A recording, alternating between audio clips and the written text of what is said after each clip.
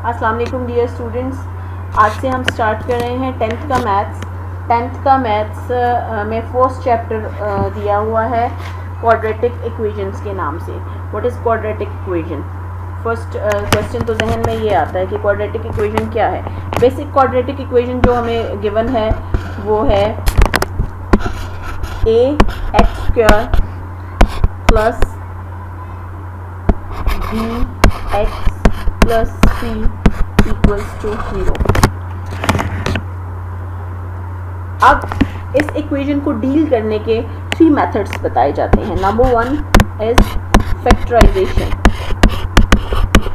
Factorisation method से first of all हम इसको डील करते हैं।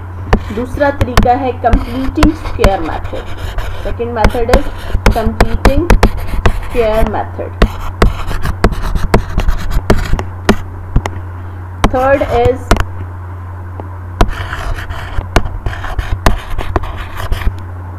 क्वाड्रेटिक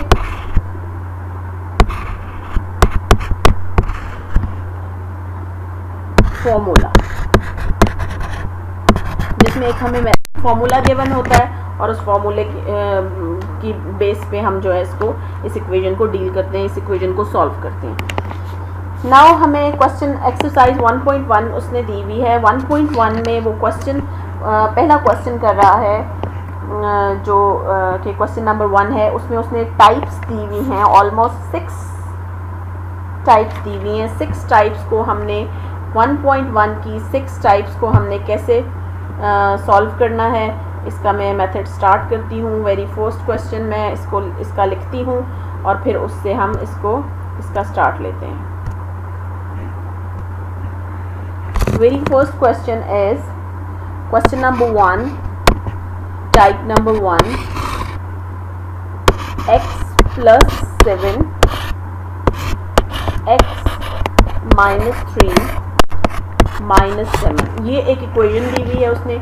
अब इस इक्वेशन को के साथ करना क्या है, इसमें वो क्वेश्चन में वो उसने गिवन है। क्वेश्चन में लिखा है right the following quadratic equations in the standard form and point out pure quadratic equation. वो कह रहा है कि इन क्वाड्रेटिक इक्वेशंस को स्टैंडर्ड फॉर्म में लेके आएँ, ठीक है। इनको जो है यानी इसको सॉल्व करें, इसका सोल्यूशन मैं आपको इसको स्टैंडर्ड फॉर्म में कैसे लेके आना ये मैं आपको बता देती हूँ। फिर वो कह रहा है कि पॉइंट आउट करें कि ये वेदर ये स्टैंडर्ड फॉर्म है या नहीं है, या ये प्योर इक्वेशन है। अब स्टैंडर्ड फॉर्म क्या है और प्योर इक्वेशन क्या है, इसका डिफरेंस भी हमें पता होगा तो हम इसको पॉइंट आउट कर पाएंगे। इसको स्टैंडर्ड फॉर्म में तो ले आएंगे, इसको सॉल्व तो कर देंगे, लेकिन वो स्टैंडर्ड फॉर्म बन रही है या वो प्योर इक्वेशन बन रही है, इसका हम कैसे डिसाइड करेंगे? तभी जब हमें पता होगा कि स्टैंडर्ड फॉर्म कौन सी है और प्योर इक्वेशन कौन सी है। सो स्टैंडर्ड फॉर्म बिल्कुल वही जो हमने बिल्कुल टॉप मोस्ट पे मैंने आपको एक इक्वेशन करवाई थी, रिपीट करवा रही हूँ। ये इक्वेशन है आपकी स्टैंडर्ड फॉर्म, ठीक है। इस तरह की जो भी फॉर्म बनेगी, ए की जगह कोई भी नंबर भी हो सकता है, बी की जगह कोई नंबर हो सकता है, सी की जगह भी कोई नंबर होगा, x² b होगा, एक दूसरा x होगा और तीसरा कांस्टेंट नंबर होगा, ठीक है। ये एक जो है ये है क्वाड्रेटिक इक्वेशन, या इसको आप कह सकते हैं स्टैंडर्ड फॉर्म, ठीक है। ये हमारी आ जाएगी स्टैंडर्ड फॉर्म। अच्छा, अब हम प्योर इक्वेशन देखते हैं। इस प्योर इक्वेशन में क्या होगा कि ये जो आपका b है bx, ये 0 होगा या मिसिंग होगा, ठीक है। 0 होगा या मिसिंग होगा। 0 होगा तो मतलब 0 हो गया तो खत्म हो गया, मिसिंग होना ही एक्चुअली 0 होना है, ठीक है। इसका आंसर इस टाइप का होगा। ये आपकी आ जाएगी प्योर इक्वेशन, ठीक है। ये आपकी स्टैंडर्ड फॉर्म है और ये आपकी प्योर इक्वेशन है। दोनों का डिफरेंस समझ आ गया।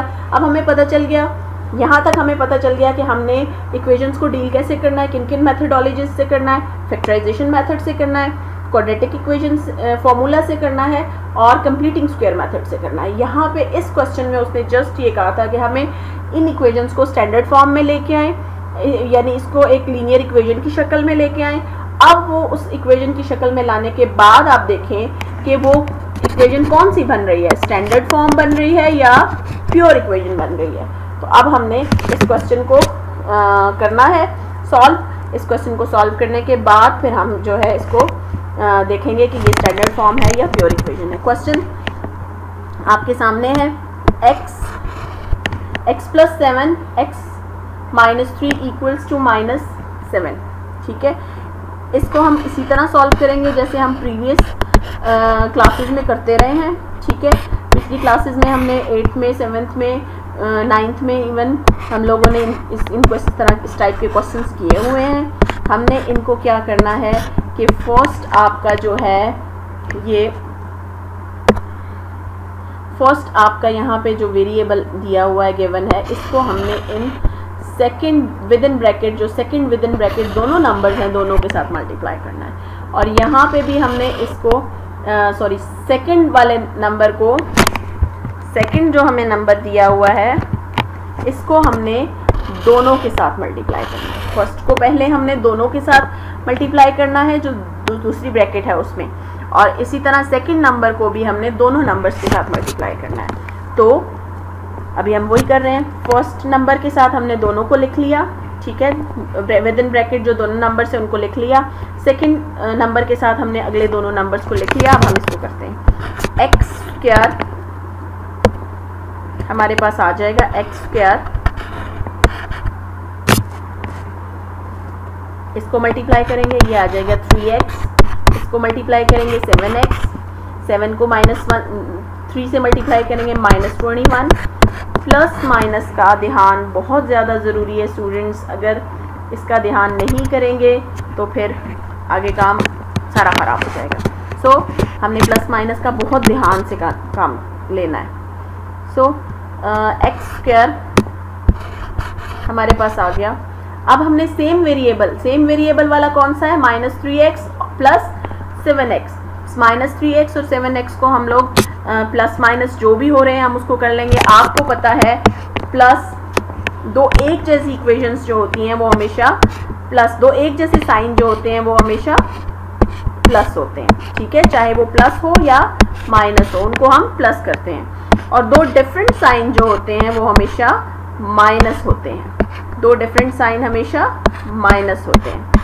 तो ये हमारे पास विद इन बॉक्स मैंने आपको एक फॉर्मूला गिवन दे दिया, ये हमने पहले कर लिया हुआ है। 6 से हम लोग ऑनवर्ड्स अभी तक करते आए हैं, हमें कोई इसमें प्रॉब्लम नहीं है, लेकिन फिर भी हम इसको कर लेते हैं एक दफ़ा, फिर मैंने आपके सामने रख दिया।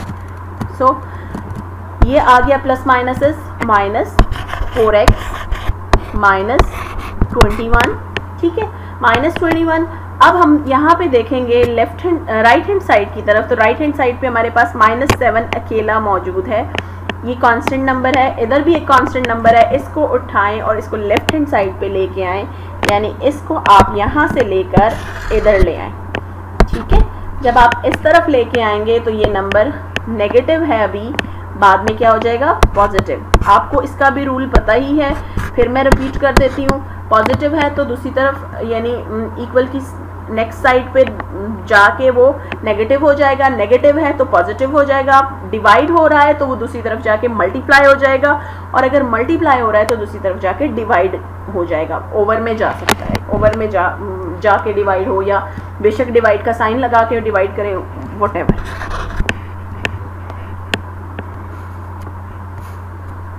ओके, अब हमने इसको कर लिया एक्स स्क्वायर। दो हमारे पास कांस्टेंट नंबर आ गए, इन दोनों कांस्टेंट नंबर के साथ एक के साथ प्लस है एक के साथ माइनस है, हम प्लस माइनस आ रहा है तो फिर ये क्या हो गया, माइनस हो गया। माइनस कर देते हैं इसको, ये माइनस होगा तो ये -14 आ जाएगा। साइन हमेशा बड़े नंबर के साथ ग्रेटर वैल्यू वाला साइन हम इसके साथ लगा देते हैं। ये फॉर्म जो है हमारे पास कौन सी फॉर्म बन गई है, पीछे अगर आप थोड़ा सा पीछे जाएं तो मैंने आपको ये फॉर्म्स बताई हैं। ठीक है, standard form ax² + bx + c = 0 है।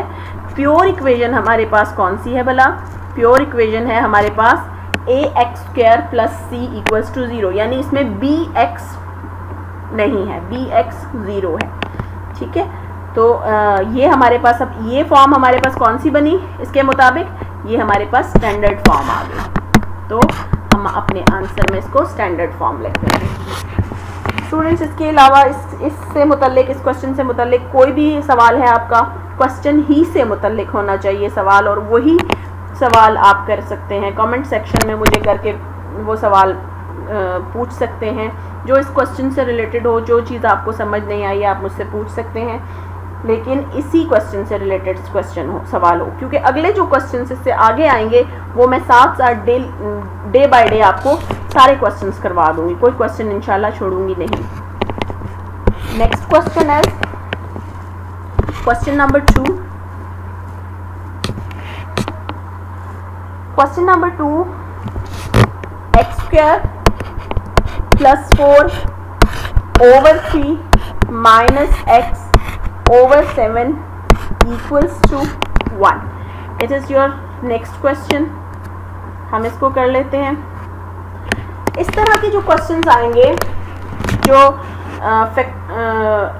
इस ओवर की फॉर्म में क्वेश्चन दिया हुआ होगा, तो p ओवर q की फॉर्म में, ठीक है, तो उसको हम क्या करेंगे कि उस क्वेश्चन को हम दो मेथड से इसके करने के, एलसीएम लेके या फिर जो एलसीएम आ रहा है उससे पूरी इक्वेशन को मल्टीप्लाई करें। तो हम दोनों में से जो भी मेथड कर लें। 3 और 7 का एलसीएम क्या आएगा? एलसीएम लेने का आपको तरीका पता है। 3 हम 5th से ऑनवर्ड करते आ रहे हैं, फिर भी मैं एक दफ़ा एलसीएम आपको लेके दिखा देती हूँ। 3 और 7 का एलसीएम हम लेंगे 3, 7 रह जाएगा, 7 ये भी 1 आ जाएगा, ठीक है। नाउ अब हम ले लेते हैं इसका एलसीएम। हमारे पास क्या आया? 3 इंटू 7 इक्वल्स टू 21। 21 के साथ हम इसको या तो 21 एलसीएम ले सकते हैं, उस तरह से भी कर सकते हैं, उस मेथड से भी इस पूरी इक्वेशन को 21 से मल्टीप्लाई भी कर सकते हैं। मैं यहाँ पे इसको पूरी इक्वेशन को 21 से मल्टीप्लाई करने जा रही हूँ। तो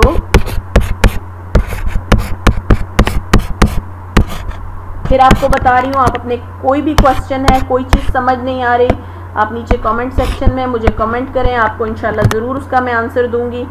और लेकिन क्वेश्चन से रिलेटेड, उसी एक्सरसाइज से रिलेटेड क्वेश्चन होना चाहिए जो काम हो चुका है। नेक्स्ट जो फ्यूचर क्वेश्चन होंगे, जैसे क्वेश्चन 3, 4, 5, 6 आगे मैं बाद में नेक्स्ट वीडियो बनाऊंगी उसके लिए। अगर उसमें कोई प्रॉब्लम है तो वो तो क्वेश्चन उसी वीडियो के साथ उसका आप मुझे क्वेश्चन उसके बारे में क्वेश्चन पूछ सकते हैं।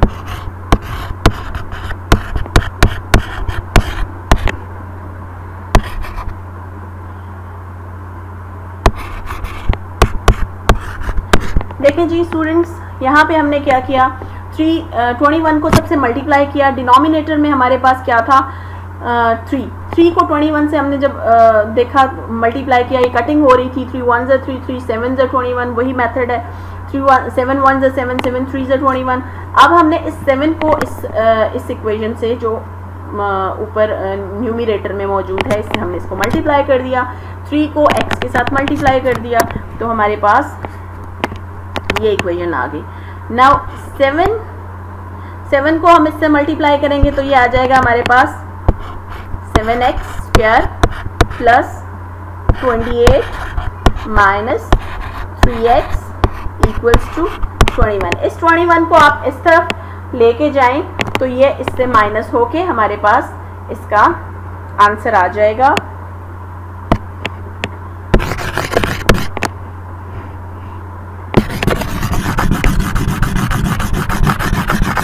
तो डियर स्टूडेंट्स, जब हम इसको करेंगे 21 को हम उसी तरह जैसे हमने लास्ट क्वेश्चन में किया था, हम उसी तरह इसको कर रहे हैं। 21 को हम लेफ्ट हैंड साइड की तरफ लेके आएंगे तो ये हमारे पास आ जाएगा x² plus 28 minus 3x minus 21। Why minus? Because आप जानते हो, मैंने आपको पहले भी बताया, जब माइनस हो, जब एक तरफ एक चीज़ ऐड हो रही है तो दूसरी तरफ जाके वो नेगेटिव हो जाएगी, वो सब्ट्रैक्ट हो जाएगी। तो यहाँ पे आ जाएगा 28 में से 21 माइनस हो जाएगा, तो हमारे पास आंसर आ जाएगा 7। इक्वल के उस साइड पे कुछ नहीं बचा, मतलब 0। सो 7x² minus 3x plus 7 equals to 0. Now see the form, ये फॉर्म कौन सी बन रही है? फॉर्म बिल्कुल वही पहले वाली आपकी स्टैंडर्ड फॉर्म बन रही है। देखें ए एक्स स्क्वायर प्लस माइनस यहाँ पे आ रहा है, प्लस माइनस वो इशू नहीं है, प्लस बी एक्स प्लस सी वाली सिचुएशन है, तो ये भी एक स्टैंडर्ड फॉर्म है। जब प्योर इक्वेशन आएगी, जहाँ पे जिन क्वेश्चंस में प्योर इक्वेशन आएगी वो मैं साथ साथ आपको बता दूंगी, लेकिन प्योर इक्वेशन जब आएगी तो क्या होगा आप जानते हैं, पहले बता चुकी हूँ कि ये बी एक्स नहीं होगा। जब बी एक्स नहीं होगा तो वो प्योर इक्वेशन हो जा, या बी एक्स के साथ जीरो आ जाता है तो ज़ाहिर है जीरो आ जाता है तो भी हम उसको नहीं लिखते, तो जब बी एक्स गिवन नहीं होगा, आंसर में नहीं आएगा, तो वो प्योर इक्वेशन बन जाएगी। ओके स्टूडेंट्स, आज के लिए इतना ही काफ़ी है। फिर नेक्स्ट क्वेश्चंस हम करेंगे। इन दोनों क्वेश्चन से रिलेटेड कोई भी प्रॉब्लम है, कुछ भी इशू है आपको, तो आप मुझे कमेंट में कमेंट करके पूछ सकते हैं।